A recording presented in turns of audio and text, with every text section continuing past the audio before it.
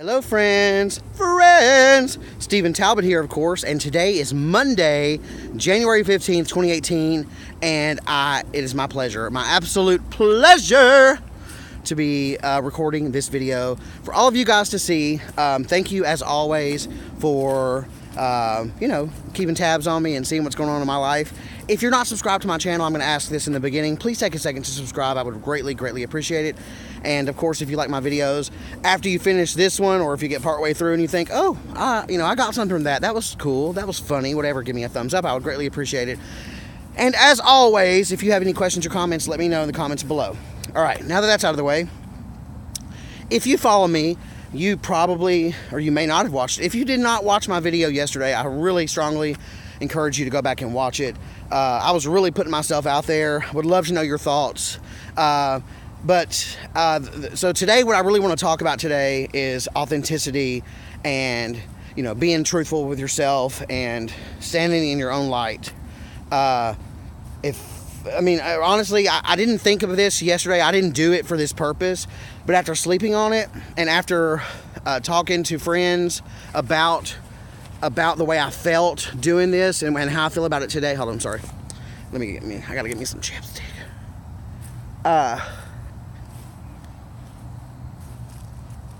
Okay, so I had a blast yesterday. I had so much fun.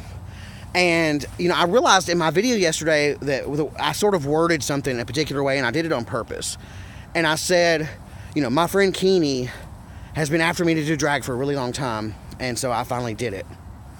And what I realize now about saying that is I was hiding behind Keeney when I said that, because doing drag it's definitely not something that I've wanted to do. Like, it's not like something like, ooh, I want to do drag. But my friend Amber commented on my Facebook post yesterday and said, hey, I guess you forgot about the time that I dressed you up when we were younger. We were probably 13 or 14 years old. And she dressed me up, and I remember she said she was going to try to find the pictures, and if she finds them, I will definitely show them to you guys. Because this was before, like, digital cameras and shit. So I'm sure she's going to have to look through boxes and boxes of old photographs to find them.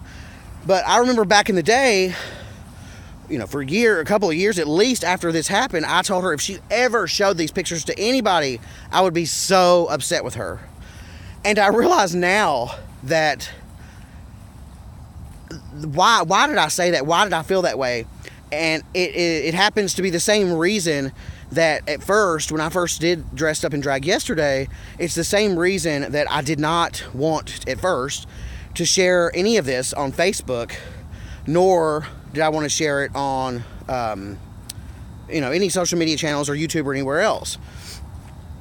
But then I was like, I looked so damn good, that I ended up wanting to share it. And whether or not I ended up looking good shouldn't have mattered. Like, it's something that I did, and something that's part of me now, and something that I enjoyed doing, and something that I will likely do again. I probably won't make it some full-time thing, but all of that is really irrelevant. What I realize is that I think that there's a stigma attached to drag queens, and I have a personal story to sort of back this up and tell which will sort of unpack the reason I feel this way. So many years ago, probably 15 years. God, it's been 15 years ago since I was 21. Oh my God, it has been. Okay, so about 15 years ago when I was 21, I used to really be into this guy. I never went on a date with him. We never hooked up or anything like that. But we hung out several times, in more of a group setting, I believe, most of the time. Not always, but most of the time. Yeah, pretty much. It was always a group setting. So I remember having this crush on him. And then I remember we were having a conversation, and he happened to mention that he had done drag, like real drag, like on stages in a bar.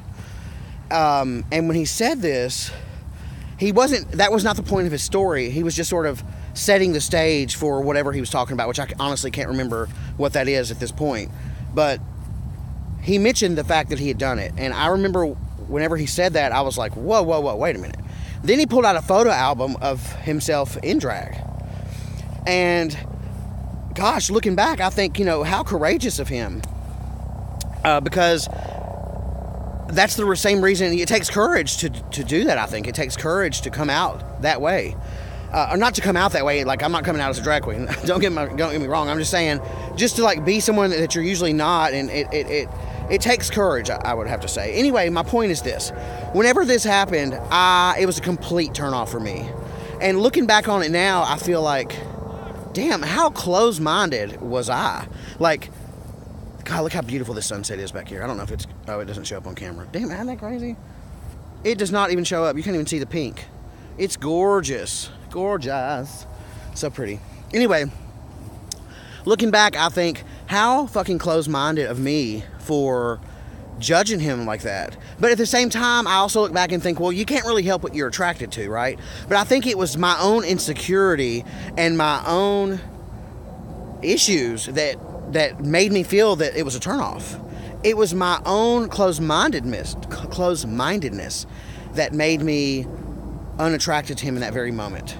And so I think for all of these years, it's not necessarily that people have been asking me to dress, to do me in drag, which they have. That's totally, I mean, that's really what's happened. Part of me did want to do it when they asked me, and it had been in the back of my mind, and it's crazy that it took me 36 years to do it.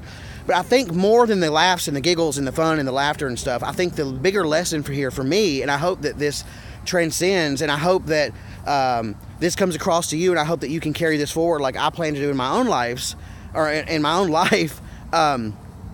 It's taught me that, I'm me, and it doesn't matter. I was talking to Mario today, and he was like, girl, you ain't got to answer to nobody. But he did agree, and he did admit that it's a turnoff for him, too. And I said, I think that's why I didn't really want to post it anywhere, or post it on Facebook or anything. I'm trying to see where I'm going again. Okay, I know where I'm at.